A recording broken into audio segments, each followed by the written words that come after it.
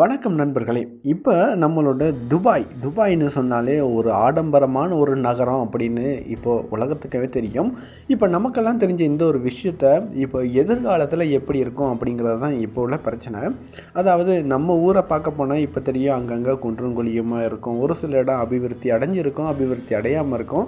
அபிவிருத்தி அடையாத இடத்த தான் அபிவிருத்தி பண்ணணும் அப்படின்னு சொல்லி கவர்மெண்ட்டும் ஏதாவது ஐடியா போட்டுட்டு இருப்பாங்க. ஆனால் இந்த துபாய் ஏற்கனவே அபிவிருத்தி அடைஞ்சிருச்சு. ஆனால் இன்னும் அங்கே என்ன தான் செய்ய போகிறாங்க அப்படிங்கிறது தான் இப்போ எல்லாருக்கும் உள்ள ஒரு கேள்வி. அந்த வகையில் பார்க்க போனால் நம்ம இந்த புர்ஜ் கலிஃபா இருக்குது தானே, இந்த புர்ஜ் கலிஃபாவை சுற்றி ஒரு ரிங் மாதிரி அமைக்க போகிறாங்க. அது என்ன அப்படின்னு பார்த்தா, அந்த சுற்றி வர அந்த ஒரு வளைவு அன்றாடம் போக்குவரத்துக்காகவும் போக்குவரத்து நெரிசலை கட்டுப்படுத்துறதுக்காகவும், அதே மாதிரி அங்கே அந்த மெட்ரோ ரயில் அந்த மாதிரியான ஒரு சில திட்டங்களை அவங்க முன்வைக்கிறாங்க. அதே மாதிரி சொல்லப்போனால் இந்த ஹாலிவுட் படத்தில் வர ஒரு சில காட்சிகள் எப்படி இருக்குமோ அந்த தத்ரூபமான காட்சிகளை அப்படியே துபாயில் இம்ப்ளிமெண்ட் பண்ண போகிறாங்க அப்படிங்கிற மாதிரி தான் துபாய் கவர்மெண்ட் இப்போ அண்மையில் சொல்கிறாங்க. அதே மாதிரி பார்க்க போனால் நம்ம எல்லாருக்கும் தெரியும், துபாய் ஒரு பாலைவனமான ஒரு பிரதேசம்தான். கடந்த 10 வருடங்களுக்கு முன்பு அதுங்க தண்ணியும் இல்லை, மண்ணும் இல்லை, மனிதர் கூட வாழ முடியாத ஒரு நிலைமையில் துபாய் காணப்பட்டுச்சு 10-15 வருடங்களுக்கு முதல். அதை அந்த 10-15 வருடங்களுக்கு பின்பும் இந்த கொரோனா காலத்துக்கு பிறகும் துபாய் ஒரு அசுர வளர்ச்சியை ஏற்படுத்தினுச்சு அப்படின்னு சொல்லணும். அந்த வகையில் பார்க்க போனால் 2040ஆம் ஆண்டு நாம் பாலைவனத்தை பச்சை நிலமாக மாற்றுவோம் அப்படிங்கிற மாதிரி நம்மளோட துபாய் கவர்மெண்ட் அனௌன்ஸ் பண்ணியிருக்கிறாங்க.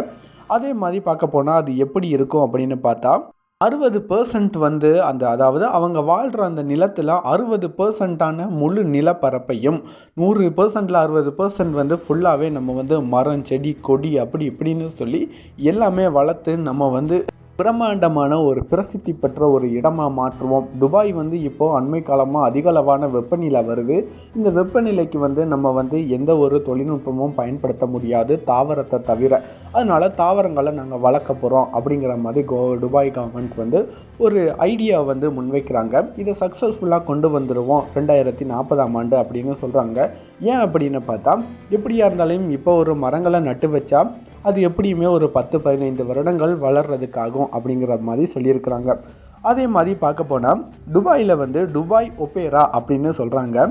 அதாவது என்ன அப்படின்னு பார்க்க போனால், இடத்துல லக்ஸரியான ஒரு ஷாப்பிங் மால் அப்படின்ற மாதிரி தான் அது சொல்லணும். அதை என்ன அப்படின்னு பார்த்தா, அந்த ஷாப்பிங் மால் எப்படி இருக்கும் அப்படின்னு பார்த்தா, கிட்டத்தட்ட ஹாலிவுட் படத்தை மிஞ்சின மாதிரியும், அது ஃபுல்லாகவே தங்கம், வைரம், வைடூரியம் போன்ற அந்த ஒரு நகை, அதே மாதிரி அங்கே காணப்படுற எல்லாமே ரொம்ப காஸ்ட்லியான ஒரு சில பொருட்களை வச்சு அதை அலங்காரம் பண்ணின அந்த ஒரு மாலை அங்கே உருவாக்க போகிறேன் அப்படிங்கிற மாதிரி சொல்கிறாங்க.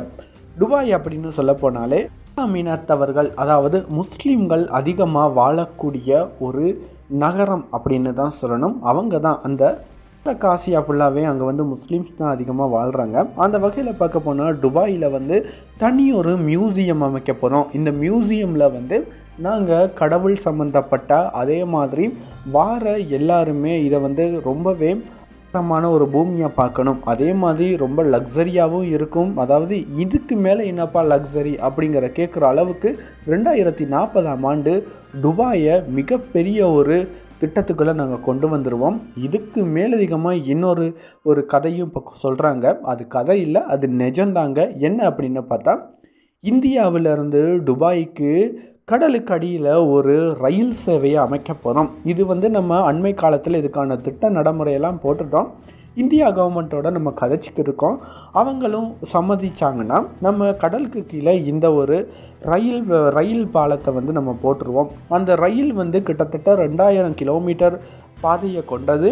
அந்த ரயில் கிட்டத்தட்ட 2 மணி நேரத்தில் இந்தியாவிலேருந்து துபாய்க்கும், துபாயிலிருந்து இந்தியாவுக்கும் வரக்கூடிய மாதிரி தான் நம்ம பாதை அமைக்க போகிறோம். அதே மாதிரி பார்க்க போனால் அதுக்கு கீழே அந்த ரயில் பாலத்தை, அந்த சுரங்கத்துக்கு கீழே ஒரு தண்ணி குழாயும் நாங்கள் அமைக்க போகிறோம். அதாவது எங்களுக்கு தேவையான நீர் அருகில் உள்ள எந்த நாட்டில் இருந்தும் எங்களுக்கு கிடைக்காது.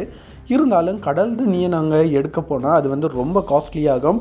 கிட்டத்தட்ட 10 வருஷத்துக்கு நம்ம கடல் தண்ணியை எடுக்க போகிற அந்த ஒரு செலவை நம்ம இந்தியாவுக்கு நம்ம ஒரு குடிநீர் வடிகால் அமைப்பு அதுகளை நாங்கள் செஞ்சோம்னா அந்த காசு வந்து ஒரு முதலீடாகவும் இருக்கும். அது வந்து எங்களுக்கு ரொம்பவே லாபமாகவும் இருக்கும்.